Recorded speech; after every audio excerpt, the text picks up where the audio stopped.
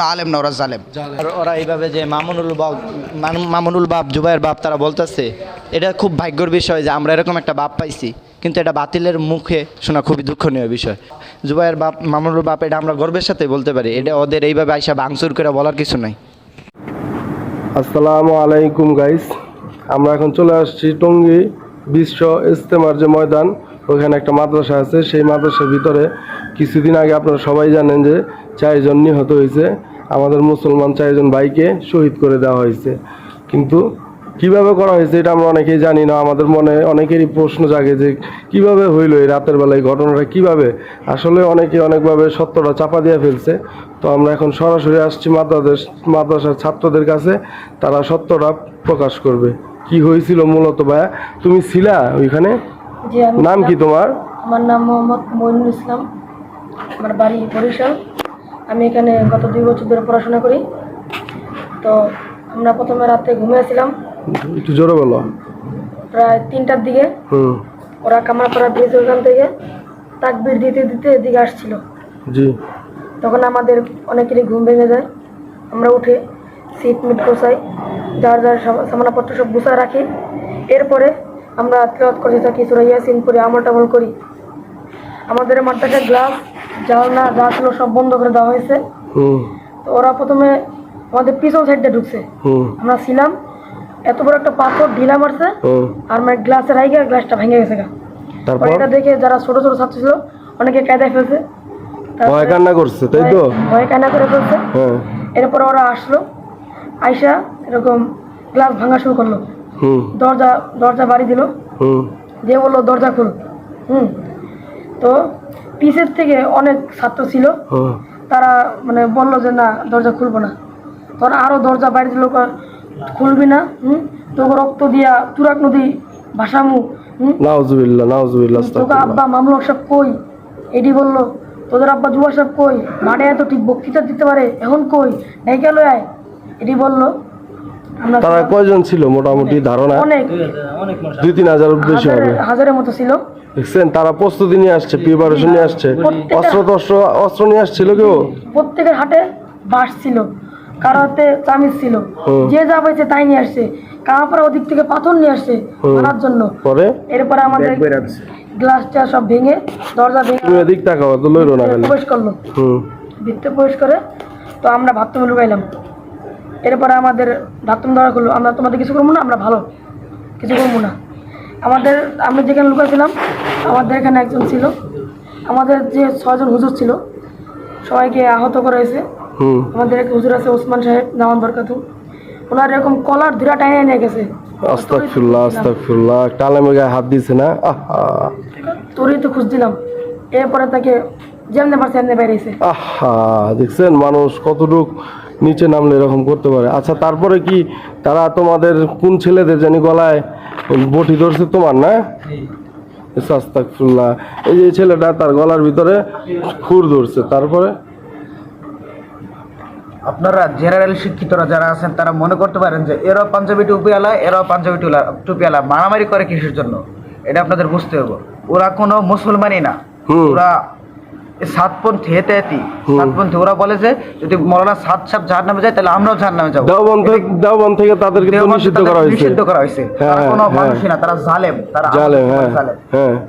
তাদের মতন খারাপ বলেন আপনারা জানেন না। আমরা বাস্তব দৃশ্যটা দেখছি যে তারা কতটা ভয়ঙ্কর। তারা যে সময় কামারপাড়া ব্রিজ থেকে আসে, তারা বলে যে তাদের নাকি মার্কাজে জায়গা হইতেছিল না বিল্লাল পয়েন্টে, এরপরে এর জন্য তারা ব্রিজের চারপাশে ছিল, জায়গা হইতেছিল না, এই জন্য আমাদের কাছে জায়গা চাইছিল, এর জন্য আমরা ঢুকতে দেয়নি। এর জন্য মানে আমরা নাকি প্রথমে ইট পাটকেল, তারা নিষিদ্ধ অবস্থায় থাকাতেও মাঠে ঢোকার চেষ্টা করছে। আমরা প্রথমে কোনো কিছুই করিনি, তারাই প্রথমে ইট পাটকেল নিক্ষেপ করছে। তারা এসে জানলা ভাঙছে, জানলা দরজা ভাঙছে, হুজুরদের মারছে। একজন আলেমরা মৌলানা জাকারিয়া সাহেব নাম করে একজন উস্তাদ আছে, সে তাদের পাও পর্যন্ত ধরছে। সে একজন মুরব্বী মানুষ, একজন আলেম মানুষ, বুজুর্গ মানুষ। এতটা হিংস্রভাবে তারা মারছে, বলার মতন না। আপনারা মনে করতে পারেন যে এরা পাঞ্জাবি টুপিওয়ালা মারামারি করার জন্য। তারা মানুষ, প্যান্ট শার্ট পরালা মানুষ, তারা ভাড়া করে আনছে, গুন্ডা বাহিনী নিয়ে আসছে, তারা ভাড়া করে আনছে। তারা অস্ত্র শস্ত্র নিয়ে টাকা পয়সা দিয়া গুন্ডা নিয়ে আসছে। হ্যাঁ, বুঝতে পারছি। ভাই ওদিনকে আমরা আসলে তো এভাবে কেউ রেডি ছিলাম না, আমাদের পরে রাত্রে 3টার দিকে হঠাৎ করে এভাবে তারা আক্রমণ করছে। তারা নদীর ওই সাইড দিকে তাকবে দিয়ে আসতেছিল এবং খুব শীঘ্রই আমাদের কাছে চলে আসছে এবং এত হিংস্রভাবে তারা আমাদের গেটমেট ভেঙে ফেলছে, আক্রমণ করছে। জি। প্রিপারেশন নিয়ে আসছে তারা প্রচুর সংখ্যক অস্ত্র নিয়ে আসছিল এবং অনেক লোক ছিল, দাড়ি ছাটা এবং প্যান্ট শার্ট পরা লোক ছিল এবং তারা সবাই খুবই ভয়ঙ্কর ছিল। এবং সবাই কি জামাতের তাবলীগের লোক ছিল জি না, তাবলীগের লোক খুবই কম ছিল, তাবলীগের লোক খুবই কম ছিল। তাদের ভিতরে বেশিরভাগই গাঁজাখোর, এরপরে দেখা যাচ্ছে রাস্তাঘাটের লোকজন এরাই ছিল। জি জি। এবং সবার কাছে সন্ত্রাস নিয়ে আসছে আর কি। জি জি। তারপর এবং সবার কাছে অস্ত্র ছিল এবং তারা এত হিংস্রভাবে আমাদেরকে আক্রমণ করছে, আমাদের হুজুর দিকে এত খারাপভাবে মারছে, এত জঘন্যভাবে মারছে, যেটা আসলে আমরা যে কয়েকজন দেখছি অনেক ছাত্র বেহুশে পড়ে গেছে। আমাদের ছাত্রদের কয়েকজনের পা ভেঙে ফেলছে।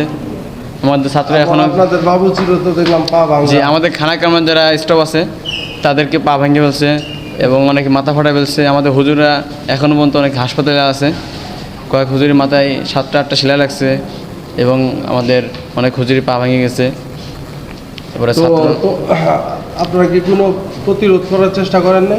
জি, আমরা প্রতিরোধ করার চেষ্টা কি করব, আমাদের পক্ষ থেকে আসলে। আচ্ছা, আপনারা তো মুরব্বিদের পক্ষ থেকে ঘুমেছিলেন, ঘুমন্ত অবস্থায়? হ্যাঁ, আমরা ওই সময় ঘুমন্ত অবস্থা ছিলাম, আমাদের কোনো রকম প্রস্তুতি ছিল না।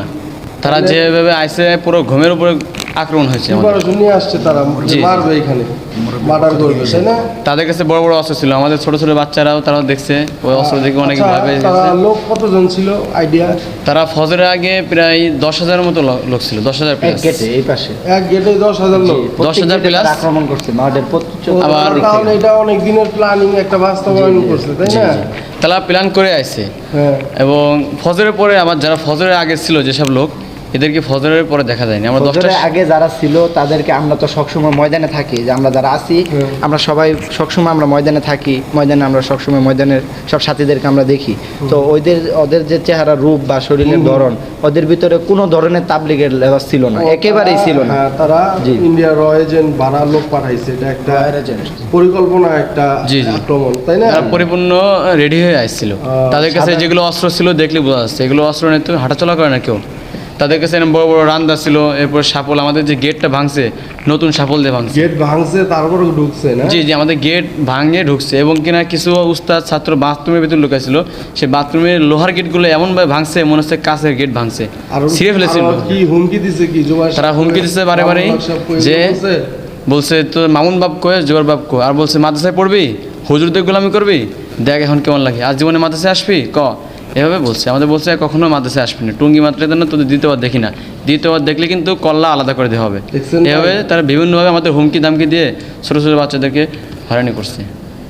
এখন আমাদের মাদ্রাসায় ছাত্রই নাই ধরতে গেলে, আমাদের মাদ্রাসায় মাত্র 10-20 জন ছাত্র আছে। ভয় পায় এখন ছাত্র অনেক নিয়ে গেছে না?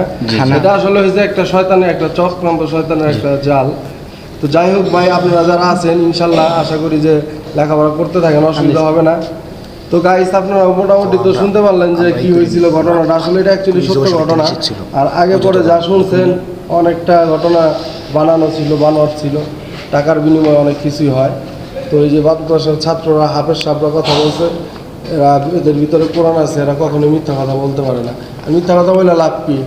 তো ঠিক আছে ভাই। হ্যাঁ, ওদের খবর আছে, ওদের রাইতের 2:30-3টার সময় যখন আক্রমণ হয় আমাদের রুম দেখুন ওরা কাভার করে ফেলে, তখন কিছু ওদের ভিতরে সাংবাদিক ছিল, আমরা তো বুঝতে পারিনি। আমরা বলি এত রাত্রেবেলা তো কোনো জায়গা থেকে মিডিয়ার লোক আসা সম্ভব না। পরে একটু পর যা দেখলাম ওই সব মিডিয়ার লোক তাদের পক্ষেই ছিল, তাদের পক্ষে কথা বলতেছে। তারা আর কি আমরা 1 মাস 2 মাস আগে থেকে প্রিপারেশন নিয়েছে, প্ল্যানিং করছে যাতে তারা না ফাঁসে, ভিডিও রেডি করে নিয়ে আসছে। তারা আমাদের রুম ভাঙতাছে আর আমাদেরকে বলতাছে দেখুন কিভাবে আমাদের লোকেরা আমাদের রুম ভাঙতাছে, অথচ তাদেরই লোক, তারা নিজস্বভাবে নিজেদের ভাঙচুর করতেছে, তারা ভিডিও করতেছে। জি জি জি, তারা অল্প সময়ের ভিতরে মনে করেন এই সব পুরা মাঠ। আমরা কিছু ছাত্র শুনছি এরকম যে গলার মধ্যে ছুরি ধরছে, তারপরে মারি ধর করছে, ওই পাশে গাছের নিচে অনেকজন। তারপরে এই যে আমাদের এক বড় ভাই আছে, উনি থানার আমির সাহেব বর্তমান, উনাকে ওই রোডের ভিতরে নিয়ে অনেকজন মিলা উষ্টা খায় পড়ছে। তারপরে ওনাকে অনেকজন মিলা এই পিঠ পুরাটুক মনে করেন বানায় ফেলাইছে। উনি আলাদা ছিল। আমাদেরকে যখন সেনাবাহিনী তাদের ক্যাম্পে নিয়ে যায় অনেকজনকে খুঁজে পাওয়া যায় না। অনেকজন নিহত, জি, জি। কিছু লোক আহত হয়েছে। অনেক আহত হয়েছে। ভাই আপনি কিছু বলেন এই ব্যাপারে? আমার যারা মারছে 7-8 জনে মিলে, তাদের ভিতরে আমি দেখছি আমার মতো পোলাপান যুবক, একেবারে প্যান্ট শার্ট পরা, দাঁড়িয়ে একবারে শেপ করা, এরকম দেখি ছুরি চাপাটি মাজার ভিতরে ছুরি এরকম ধরনের। আর আমার বলতেছে কত মামুন বাপ কই, জুবার বাপ কই, এসব বলে আরও অনেক খারাপ খারাপ গালি গালাজ করছে। তারা আর কি অ্যাকচুয়ালি চাইছিল মাইরে ফেলাবো। আমি করছি কি যে হাত পা ছাড়ে দিছি। তারা বলে কি যে এটা শেষ, এটা শেষ, যা যা এটা শেষ। তারা মনে করছে যে আমি মারা গেছি বা এরকম কিছু মনে করে বলে যে এটা শেষ, এরকম একটা হুমকি দিছে।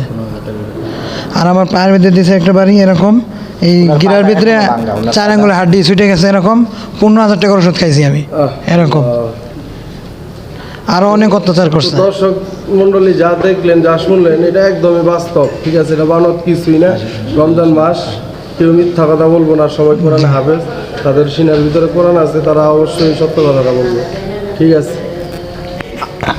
আমরা কোনো প্রতিহত করিনি, কারণ আমাদের মুরব্বীদের থেকে নিষেধ ছিল, এই জন্য আমরা কোনো প্রতিহত করিনি। আর নাহলে আমাদের লোক কম ছিল না, আমরা প্রতিহত করতে পারতাম, কিন্তু আমাদের মুরব্বীদের থেকে নিষেধ ছিল। আর ওরা আসছে মারামারি করার জন্য, ওদের কোনো মুরব্বী নাই।